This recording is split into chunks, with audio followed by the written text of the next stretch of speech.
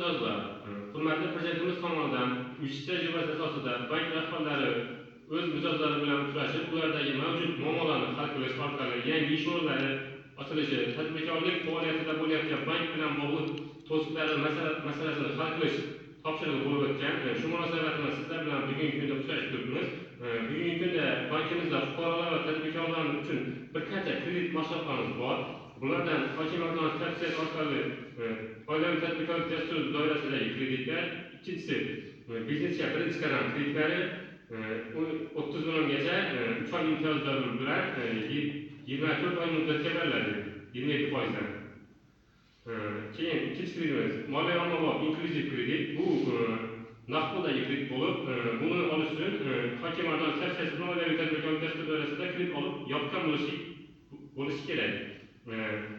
Bu kredit 50 milliongacha naqd pulda beriladi. 6 oy imtiyozlar bilan 3 yil muddatga beriladi. Keyin moliyaviy ko'mak krediti bu garovli kreditimiz bo'lib, bu 3 yil muddatga 6 oy imtiyozlar bilan beriladi. Bu plastik kartaga o'tkazilgan qilib beriladi.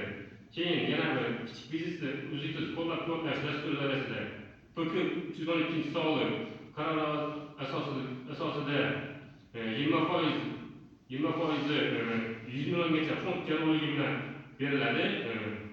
Bu kreditimiz kichik biznesni uzluksiz qo'llab-quvvatlash dasturi doirasida beriladi. Mana shu kreditlar, boshqa savollar bormi? Yo'q. Sizlar kelganlaringizga katta rahmat.